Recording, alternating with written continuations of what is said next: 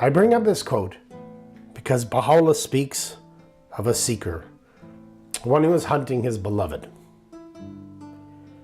and gives this concept of labor, of ardor, of search, of traveling in every land to find the beauty of the beloved. What often happens when I read these quotes is I think back to those first souls in the early history of any revelation, who in order to find their beloved had to break with tradition, had to seek and think anew concerning the possibility of God's revelation unto humankind. How an Arabian man or woman in Saudi Arabia in the 7th century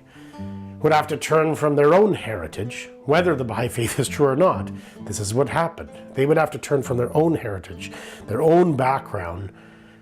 and put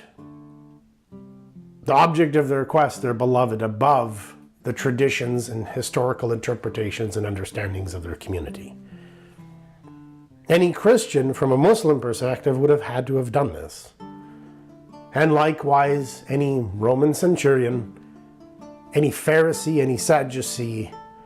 any Jewish individual would have had to have put aside their own historical interpretations and understandings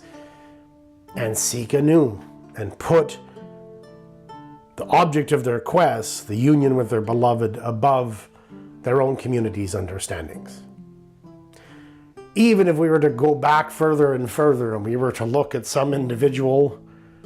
who, for example, had listened to the teachings of Abraham, Isaac, and Jacob,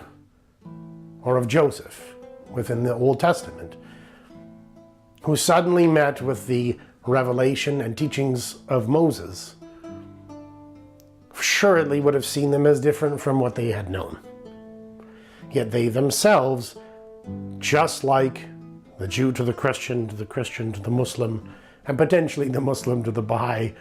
would have to set aside the historical understandings and make truly the beauty of the friend what they're seeking.